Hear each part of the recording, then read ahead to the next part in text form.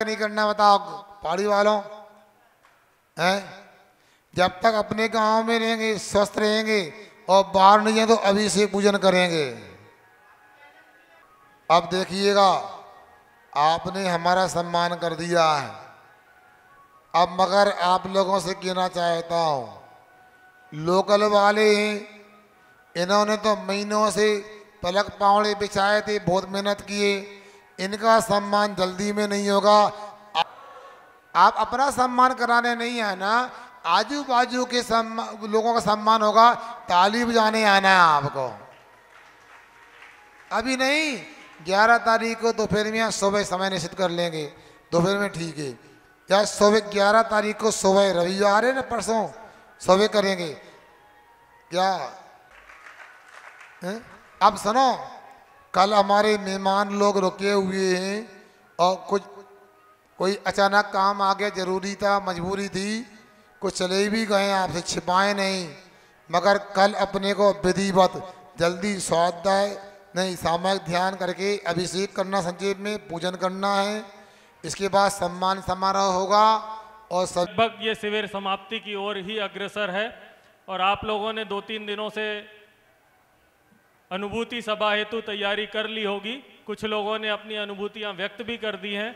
मैं कुमारी जिनांशी जैन को आमंत्रित करता हूं अपनी अनुभूति प्रस्तुत करने हेतु। कुमारी जिनांशी स्वदेश जैन। सुनो, तब तक हमारे संदीप भैया बताएंगे आपको शिविर देख के कैसा लगा। परम पूज्य मुनि श्री निर्णय सागर महाराज की जय। मैं तो शिविर में कुछ कारणों से शामिल नहीं हो सका, पर नियमित रूप से आता जाता रहा। मेरे को देख के भी बहुत आनंद आया। अगर मैं शामिल हो जाता तो आनंद कई गुना बढ़ जाता। अगली बार का बताओ महाराज जी, अगर अगली बार चातुर्मास महाराज जी का मिलता है तो पक्का है मैं शिविर में बैठूंगा। नहीं, कहीं पर ही चतुर्मास होगा, आना है, आगे आओ।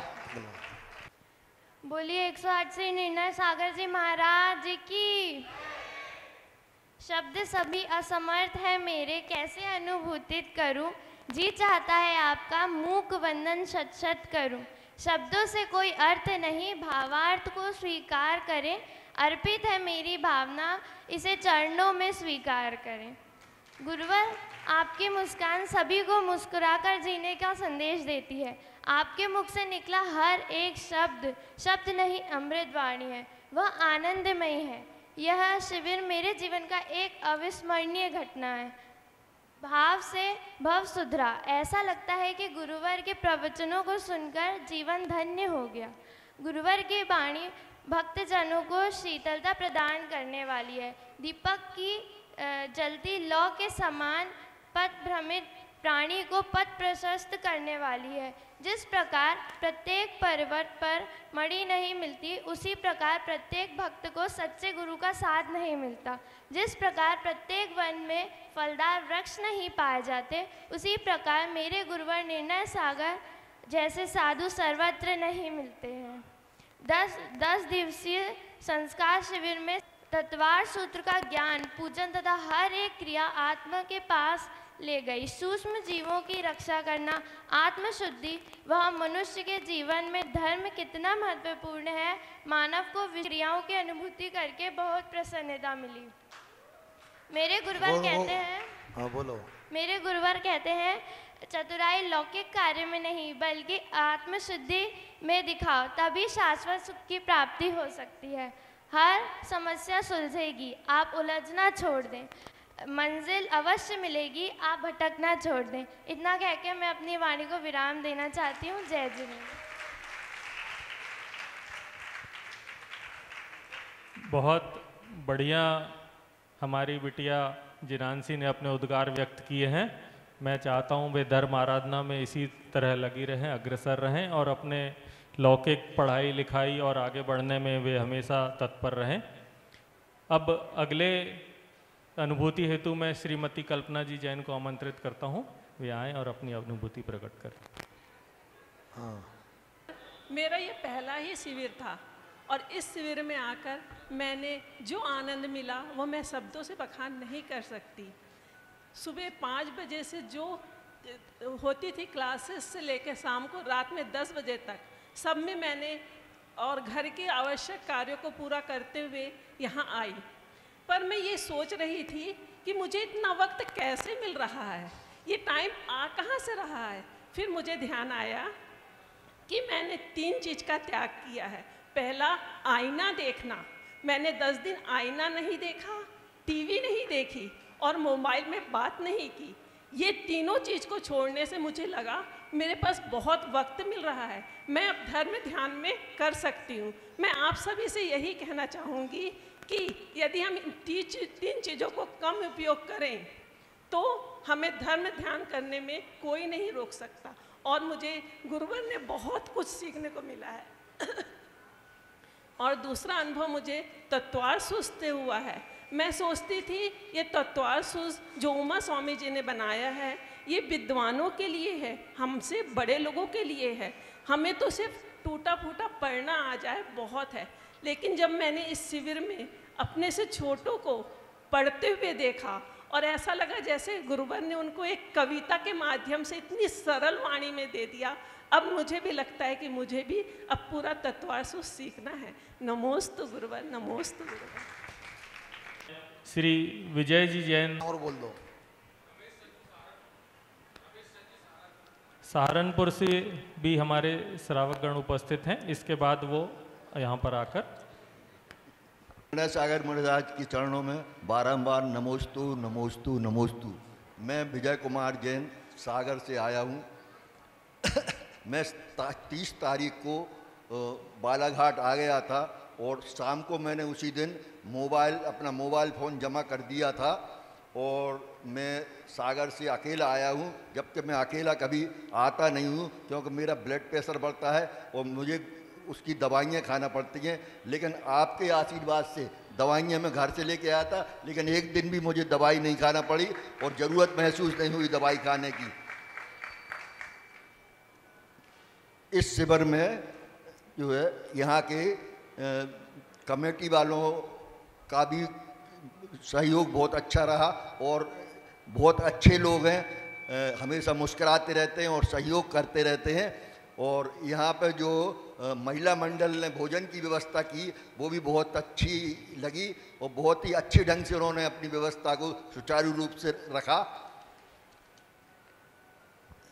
और यहाँ पर मैं चटाई पर सोया और चटाई पर भी मेरी नींद पूरी होती रही आपके आशीर्वाद से गुरुजी। नमोस्तु महाराज। ठीक है। सरल ढंग से अपनी भाव प्रस्तुति दी, बहुत बहुत धन्यवाद। अब सहारनपुर से ब्रह्मचारी रमेश जी आमंत्रित। अगला नाम। नेक्स्ट बाहर से जो भी हों कृपया खड़े होकर स्टेज पर आ जाएं। जो अन्य शहर के शिविरार्थी हैं जो बोलना चाहते हैं वो कृपया स्टेज पे माइक के पास आ जाएं। परम पूज्य मुनिश्री निर्णय सागर जी महाराज के चरणों में नमोस्तु। महाराज श्री लगभग 1 माह से मेरे आने का प्रोग्राम यहाँ पर बन रहा था। मेरे साथी मेरे से पूर्वी महीनों पहले यहाँ पर से इंद्र कुमार जी सहारनपुर से उपस्थित थे। बार बार उनका ये संदेश कि आप आ जाओ यहाँ देखो महाराज जी को कितना अच्छा उनके पास ज्ञान है, प्रवचन सुनो या अन्य क्रियाएं देखो, उनके पास ज्ञान का भंडार है। सो मेरा प्रोग्राम स्वास्थ्य अनुकूल न होने के कारण से बनता रहा, बिगड़ता रहा, बनता रहा। फिर मैंने तुरंत निश्चय किया, बच्चों से बात की कि नहीं मुझे जाना है। तो मैंने रिजर्वेशन कराया और रिजर्वेशन कराने के बाद यहाँ पर पहुँचा तो वास्तव में जो तारीफ़, जो प्रशंसा इंद्र कुमार जी ने की थी वही मुझे आप में मिली।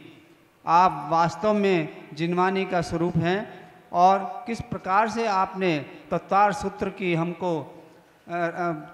को हमने पढ़ाया, एक एक शब्द में कहीं भी आपने संकोच नहीं किया और मतलब पढ़ाते रहे।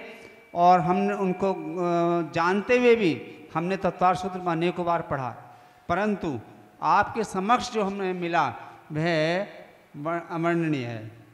इसके पश्चात यहाँ के समाज के महिलाओं का वात्सल्य हम लोग घर पर आहार के लिए जाते थे तो कहीं भी मैंने किसी से ऐसा ऊंचा शब्द नहीं सुना। इतनी सुंदर व्यवस्था कहीं देखने को नहीं मिली। सभी ने, बहुत सुंदर महिलाओं ने बहुत अच्छे ढंग से हमको भोजन कराया। और वास्तव में यहाँ का अनुशासन भैया जी का साथ, अन्य शिवरार्थियों का साथ देखकर मुझे अब तक कितना वात्सल्य इनमें पाया गया, कितना इनको, क्या इनकी प्रशंसा करूं। तो मुझे तो आगामी रूप में भी आप महाराज जी आपका सानिध्य प्राप्त होता रहे, ये मेरी कामना है। धन्यवाद।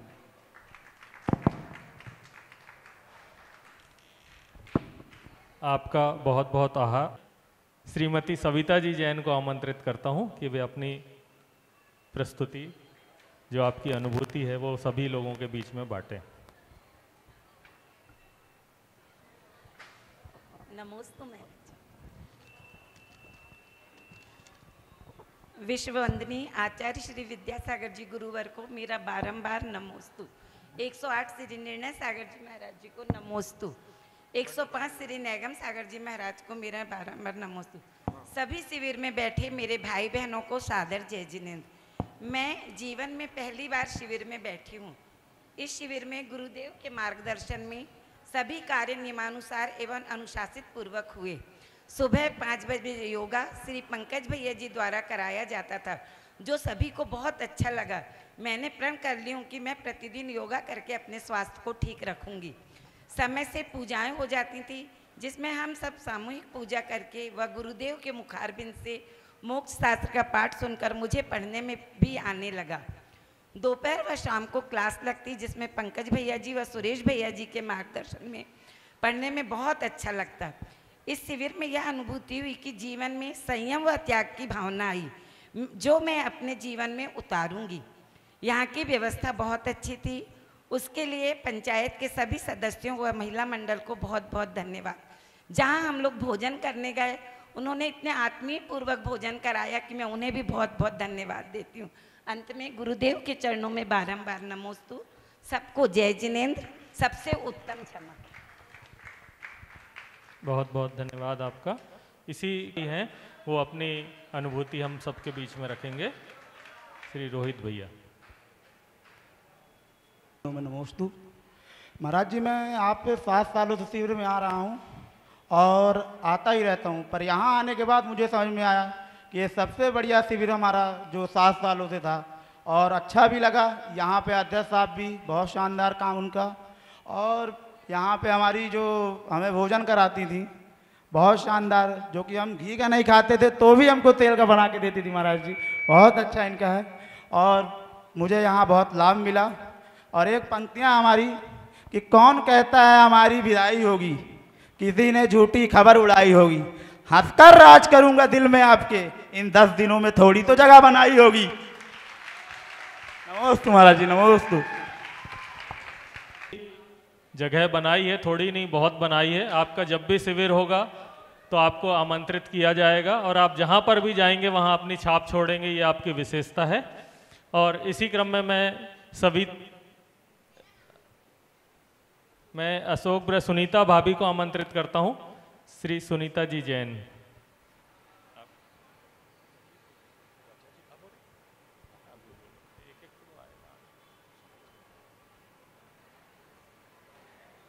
एक नाम और बोल दो कोई है। मंजू जी जैन, भोपाल।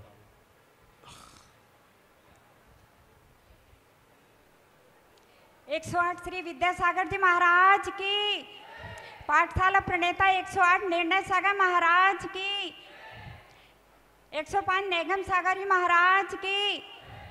गुरुवर के चरणों में वंदन हजार, गुरुवर के चरणों में वंदन हजार। श्रद्धा सुमन की बरसे पखुरिया, श्रद्धा सुमन की बरसे पखुरिया, तू जीवन आधार। गुरुवर के चरणों में वंदन हजार, गुरुवर के चरणों में वंदन हजार। गुरुवर, मुझे ऐसा लग रहा था मैं गुरुकुल में हूँ। 4 बजे ऐसा लगता था कि 1 मिनट की भी देरी हो गई तो आपका चेहरा सामने आ जाता था।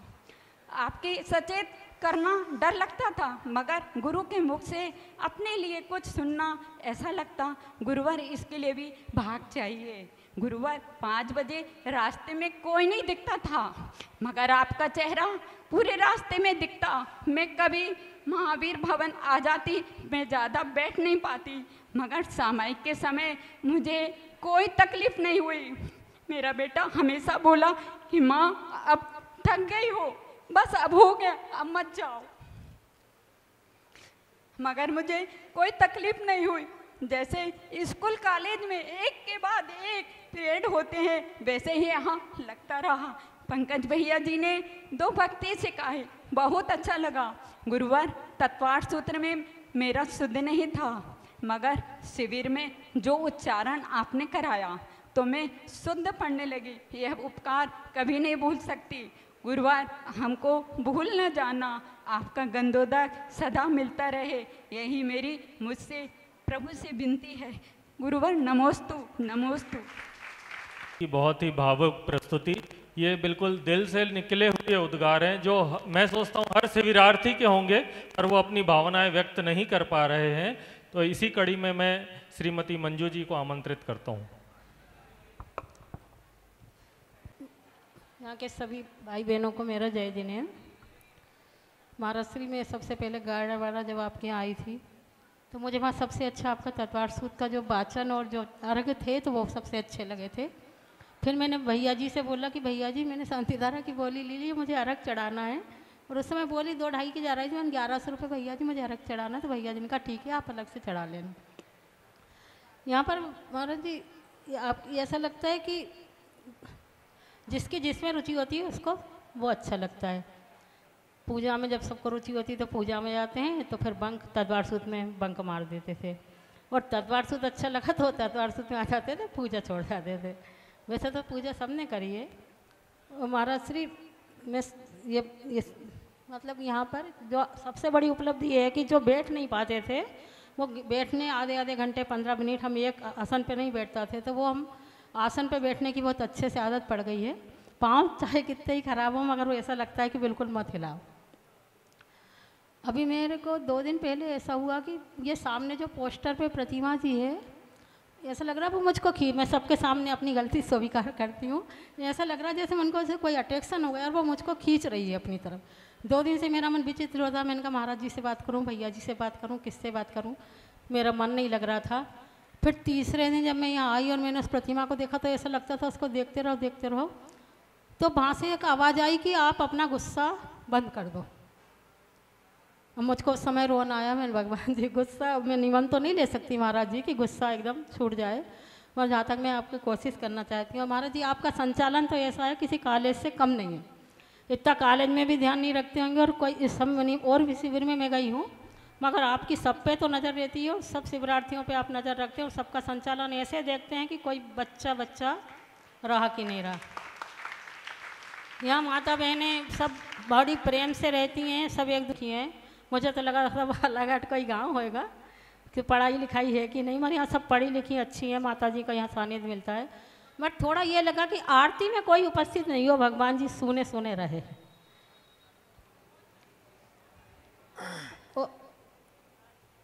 इतने जने होने के बाद भी महाराज जी यहाँ पर आरती थोड़ी सोनी लगी। बाकी मैं सब भाई बहनों को जय जिनेन्द्र कहती हूँ। सबके घर जाना आना, सबसे प्रेम से लेना, सबके यहाँ भोजन करना। पंकज भैया जी ने बहुत मदद करी और आपका टाइम ऐसा फिक्स रहता था कि 1 मिनट ना तो इधर हो इधर, बट टाइम की सेटिंग आपकी महाराज जी इतनी तो कॉलेज में भी नहीं हो पाती जितनी आपकी सेटिंग होती थी। इसी के लिए इसी के साथ नमोस्तु महाराज। मंजू जी ने बिल्कुल सही कहा, इतने लोग एक साथ रहे, इसलिए मेरा सभी से निवेदन है कि 2-4 दिन रुककर आप लोग एक दूसरे से परिचय जरूर कर लें बालाघाट में, क्योंकि महाराज जी का इतना टाइट शेड्यूल था कि वाकई किसी को एक दूसरे से मिलने का बात करने का मौका नहीं मिला। इसी कड़ी में मैं श्रीमती नमोस्तु महाराज जी। पिछले बार जब आप आचार्य श्री के साथ आए थे तब हमारे घर में ही आपके आहार का मुझे सौभाग्य मिला था। उसके बाद परिस्थितियां बहुत बदल गई और मैं विदेश चली गई। वहाँ पर मुझे पता चला कि आप आने वाले हैं, तो मैंने अपने बेटे से कहा कि मैं तो बालाघाट जाऊँगी, और संयोग से मुझे यहाँ आने का साथ भी मिल गया। मैं यहाँ आई और शिविर में बैठने का सौभाग्य मिला। मैं पहले भी पूर्णमती माता जी के शिविर में बैठी थी और मैंने सामायिक लेने का 15 मिनट की सामायिक का नियम भी लिया था। मुझे यहाँ शिविर में बहुत अच्छा लगा।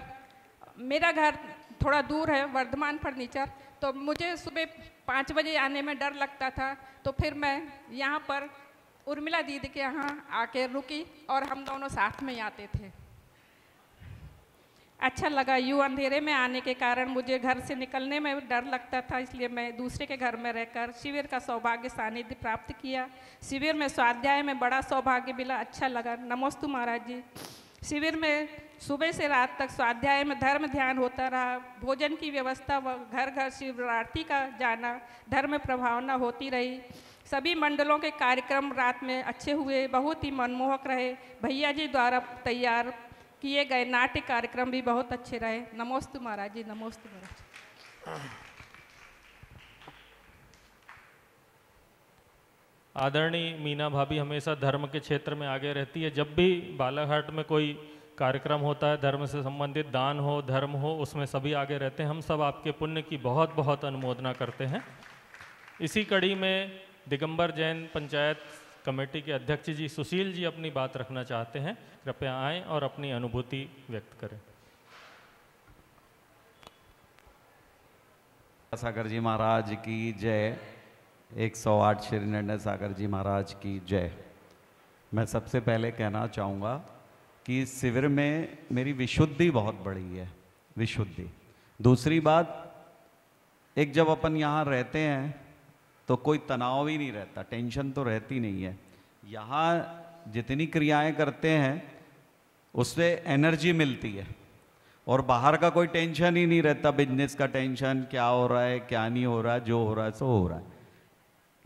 तीसरी बात, हम अपने जीवन को 2 धोती दुपट्टे में अपने आप को सीमित करके कितना अच्छा जीवन जी सकते हैं, इस बात की अनुभूति मेरे को हुई।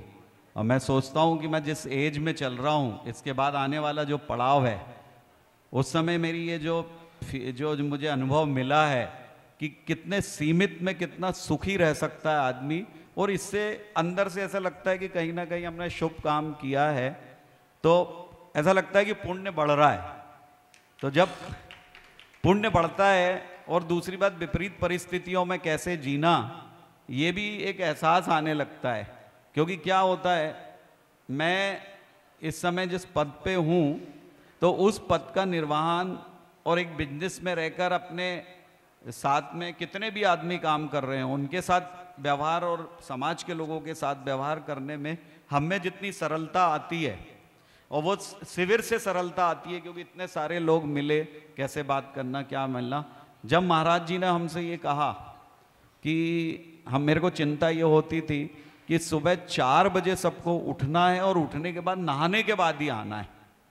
मेरे शिविर में मेरी सोच थी कि पहले प्रतिक्रमण हो जाएगा, फिर एक नहाने का, फ्रेश होने का समय दिया जाएगा। तो मेरे को लगता था 4 बजे लोग उठ के कैसे नहाएंगे, फिर ये धोती पहनने यहाँ कैसे आएंगे, क्या होगा, एक सबसे बड़ी टेंशन आती थी। उसको कई बार सोचा, मीटिंग में भी इस प्रश्न को रखा, मगर महाराज जी कहते थे सब हो जाएगा, 4 बजे हो जाएगा, और वो प्रैक्टिकली देखा भी कि 4 बजे कैसा हो गया।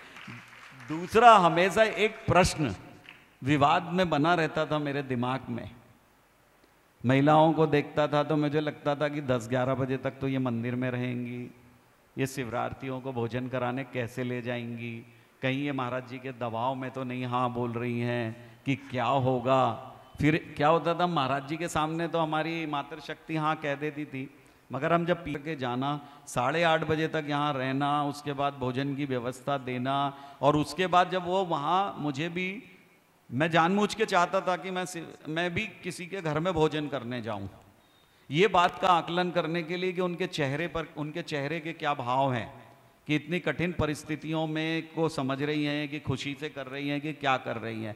मगर मेरे को जाने नहीं देते थे। वो जो साधना चाची है ना हमारी, वो बोलती थी, जब मैं वहाँ गया तो मैंने देखा कितने अच्छे तरीके से भोजन कराते, खुद का हृदय परिवर्तन हो जाता है जब ये लगता है कि अपन भी पीढ़े और पाटे पर जब बैठकर कोई अपने को खिलाता है और उनको ये लगता है कि हम किसी त्यागी व्रती तपस्वी को भोजन करा रहे हैं, तो अंदर से जब वो कोई की सामने वाले की सोच ऐसी बनती है तो अपने आप ऐसा परिवर्तन आता है कि क्या हम ऐसे नहीं बन सकते, क्या रोज का ऐसा भोजन नहीं कर सकते क्या।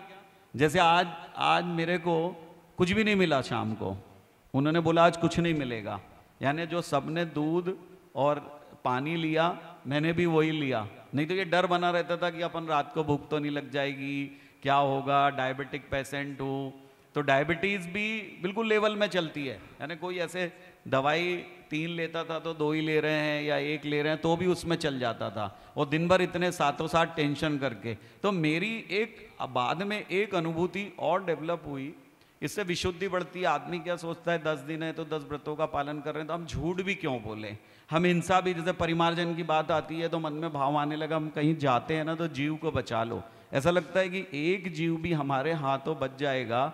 मैंने देखा कि मच्छर भी यदि अपने हाथ बैठा है तो कई बार नींद में जोर से मार देते हैं, नहीं चाहते हुए वो मर जाता है, मगर अब तुरंत ऐसा लगता है हल्के हाथों से उसको कर दो कि कम से कम उसको जीवन तो मिल जाए। तो ये एक जीव रक्षा की भी भाव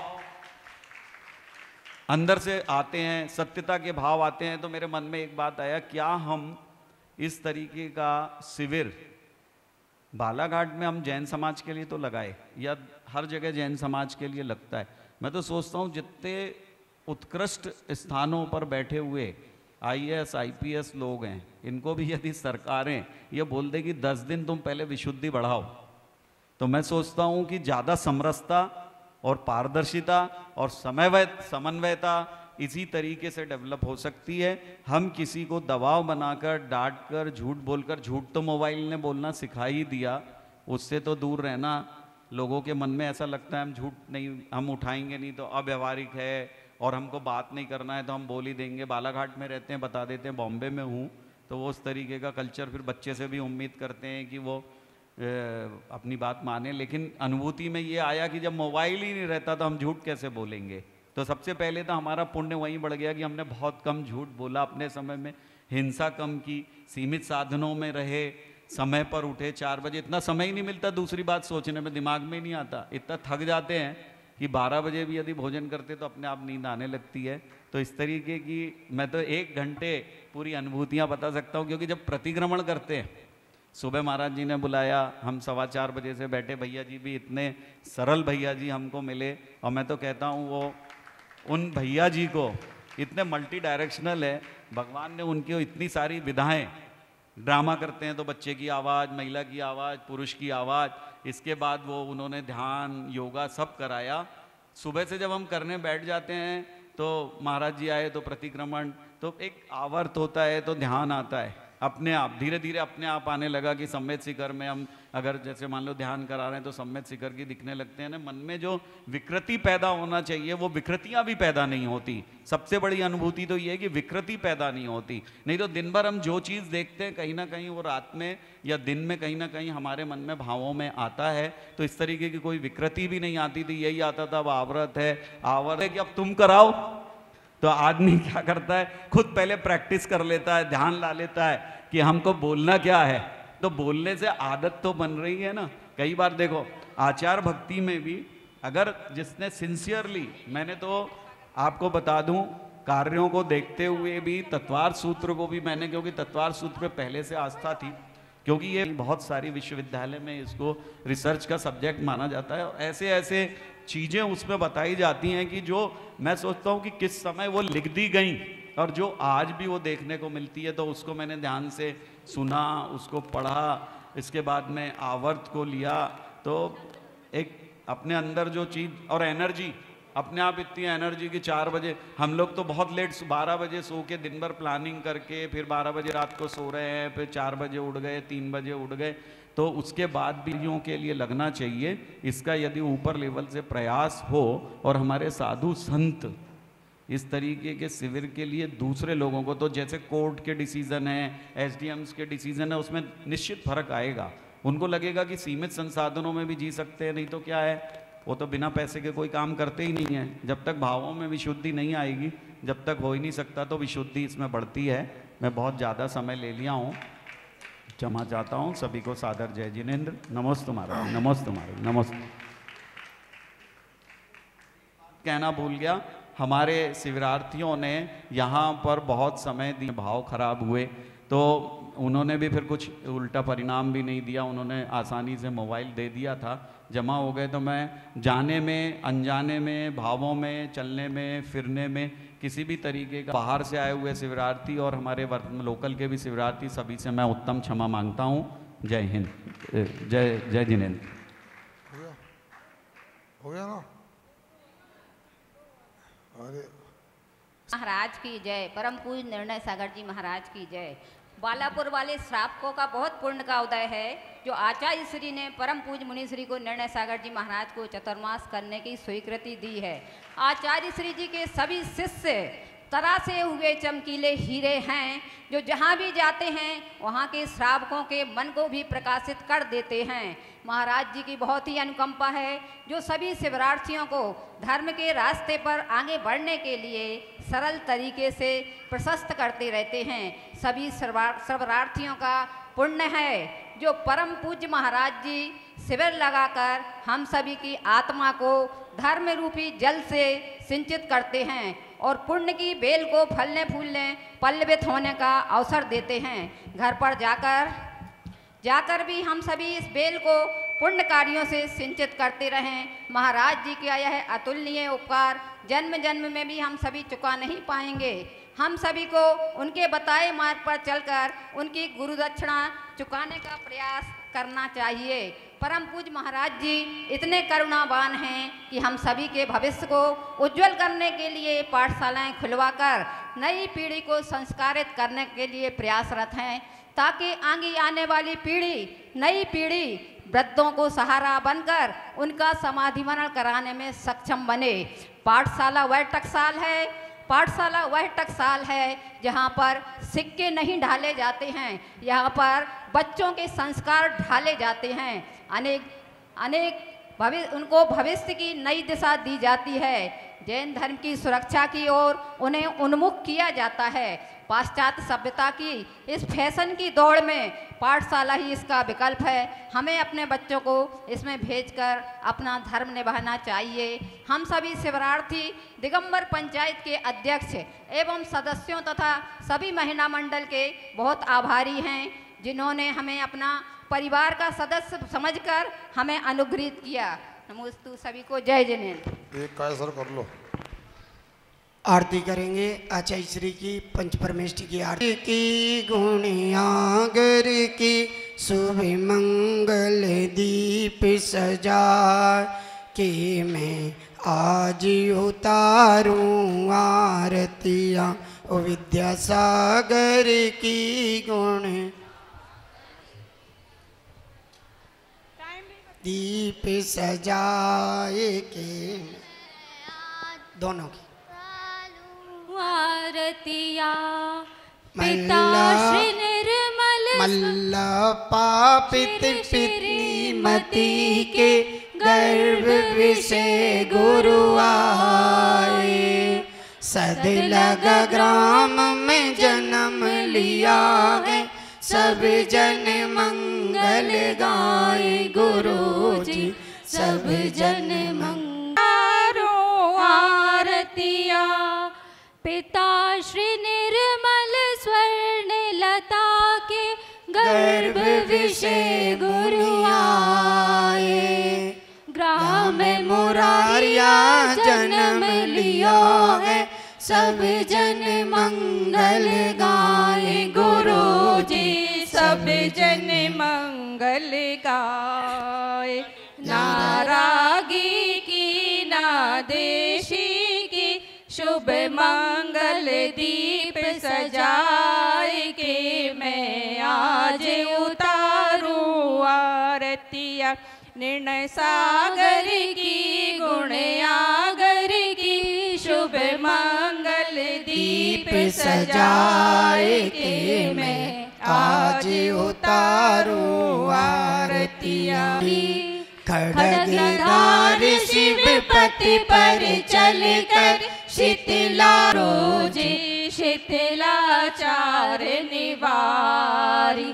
ग्रह त्यागी की वैरागी की, ले दीप सुमन का थाल रे, मैं आज उतारूं आरतिया।